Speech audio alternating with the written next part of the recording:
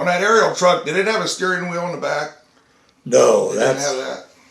The aerial truck we had was 75 feet, and if the bigger cities had what they call at least 100 feet, maybe 125. And those were a lot longer, and they had to have a No steering wheel. tilderman in the back Wheel. to steering the back wheels to get around a corner, but Logansport didn't have one. Didn't need that. So anyway, I went around back, and with John Shanks and I were on an 1.5-inch hose, and but in the front, one confidence that our fire chief Jones had was that Clarence Peck and Bud Pittman took, I believe, an 1.5-inch line and got into the stairwell to the basement, to the Penny's fire, and there was nobody like Peck. He could take more smoke than anybody that I know of. That was before you had the breathing mask? Yeah, before we had air masks. Oh my gosh. But he ended up, I talked to him later, him and Pittman had to back out. Couldn't take it. Can we take an intermission? Yeah. Okay, we're going to stop for a minute here.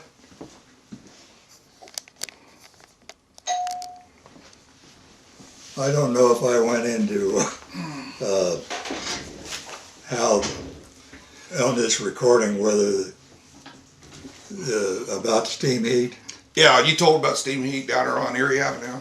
And then the Pennies, I know after there was no steam heat available, they put in a coal furnace near the front in the basement of Penny's fire. And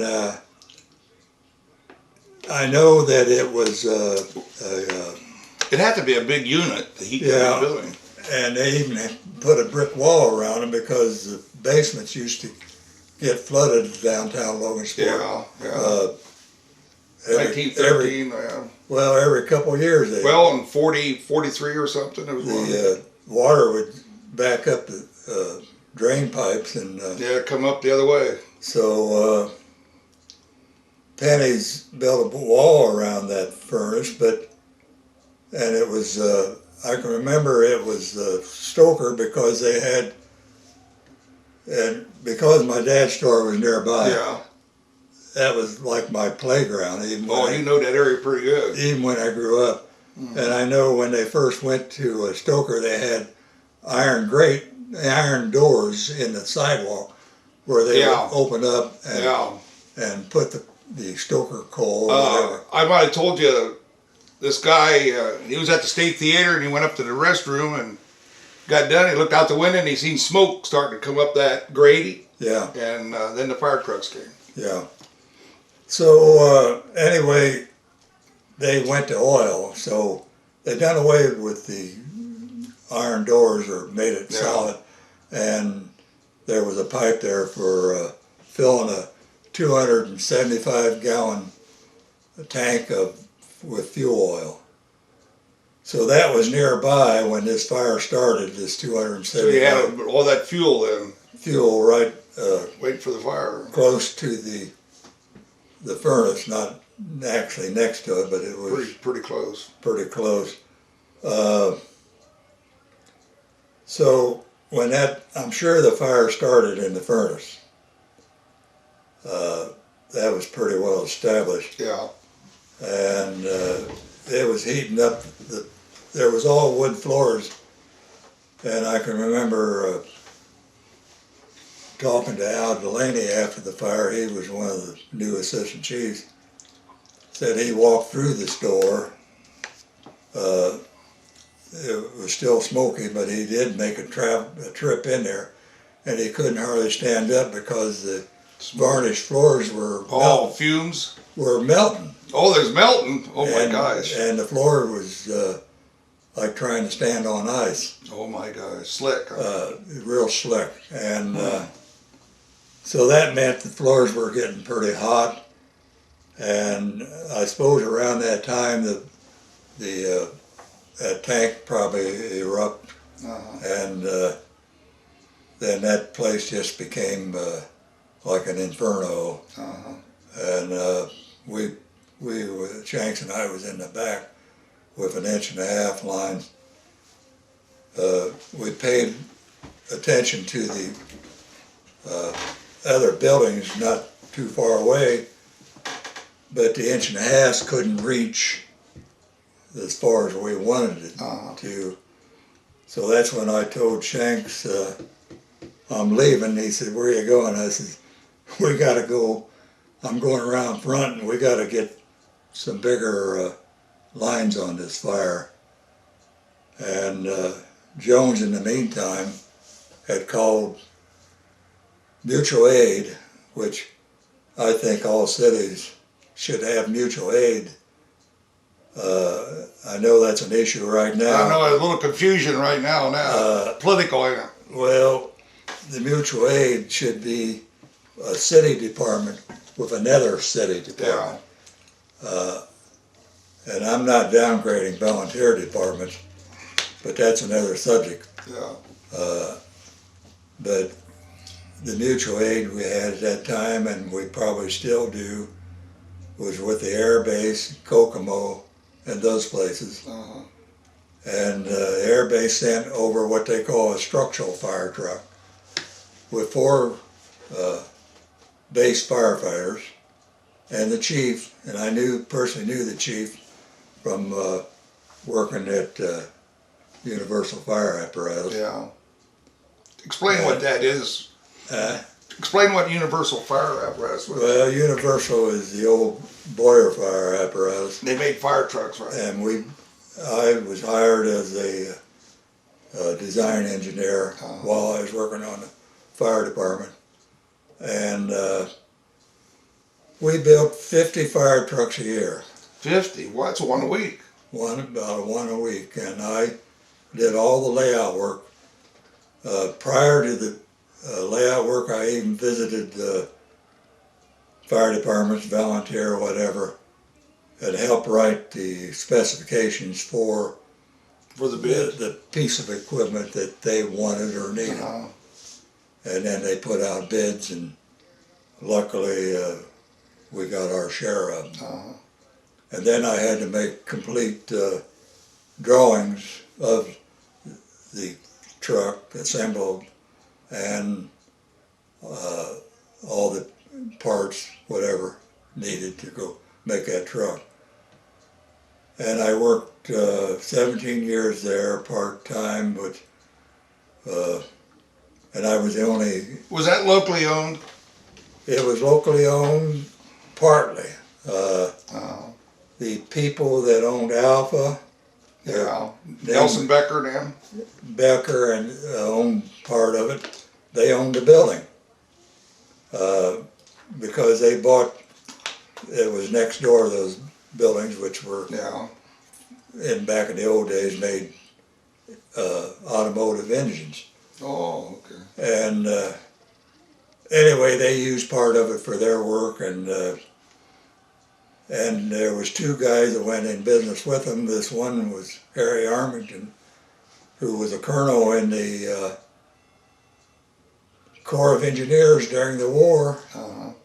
And he, whatever Army district he was stationed in, which the whole world was divided up in like 7 Army districts. So whatever district he was in, he was in charge of the firefighting and fire equipment if you needed. So he really knew his stuff. Oh, he was really a pro. That I had the privilege of working with for 17 years. It was an education by itself. Just being with him. Anyway, getting back to where we were with this fire, the Penney's fire, the Chief Winton was there, who I got to know real well, and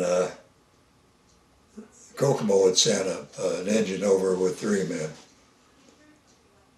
So Chief Jones looked at me and said he knew I wanted to set up what I call big to start with, because you got that much involvement.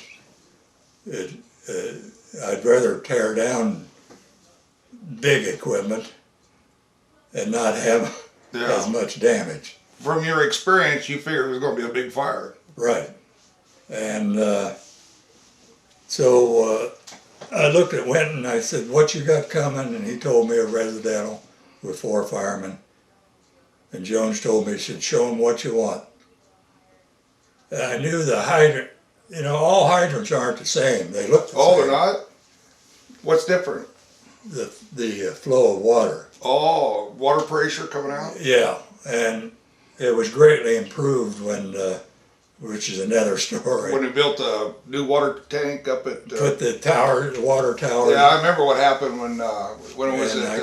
I could when talk. it was up where the swimming pool was, it didn't have much water pressure. Yeah, we put a tower up there, and it put the reserve tanks and towers up by the golf course, and the one over here. Was this before that or after it? That was after. After. We didn't have the luxury of better pressure. The waterworks had what they call a water wheel, which created pressure. I don't know if you want me to go into. No, you don't have to go into that. But they had a diesel pump. Enforced it. During the day. Instead of gravity, you had a pump. During the day, they would kick in that diesel pump. At nighttime, they would turn it off, and water pressure was noticeable in homes. Yeah, I can remember it being real slow. At nighttime, where they were just working off the pressure of the water wheel. So, anyway, I knew the hydrant down there on Broadway, 4th and Broadway, was a big one because it went under the Hill River and fed all the west side. Oh, there was a big one then. And so I had the air base hook up to that hydrant.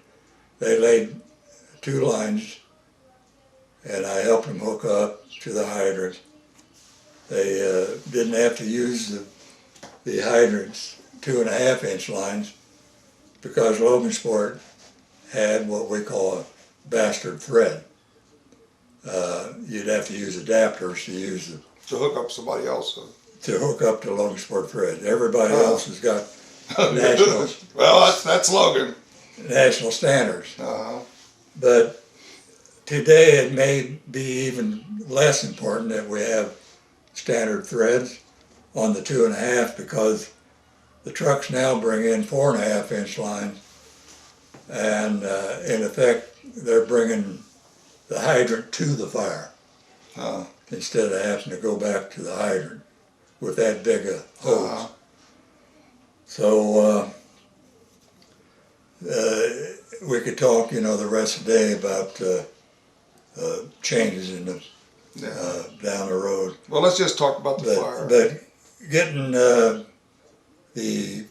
air base hooked up with 2.5-inch lines, and then Kokomo came in, and I had them go down and hook up with the air base, and I had them water down where the State Bank restaurant. Yeah, I remember that. All them were because there was real good sized chunks of burning rough debris flying, and landing on those buildings. So I instructed them to put a good dose from the larger lines that they brought in on top of those buildings.